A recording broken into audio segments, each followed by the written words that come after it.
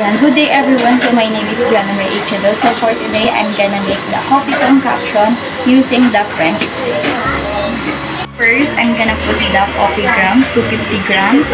And then mag-add po ako ng hot water. So and then, ayan, mag-wait lamang po tayo kasi po yung hot water is nag-boil. So next step, ayan, maglagay po tayo ng 250 ml ng hot water.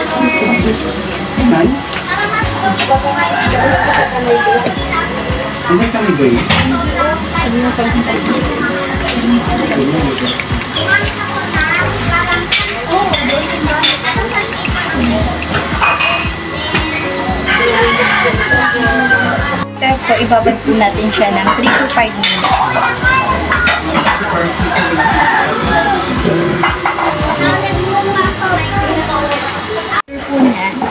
So after po niya, ilagay na po natin siya sa coffee sauce. Ayan, this one. Konting water. And service. Sige, booze.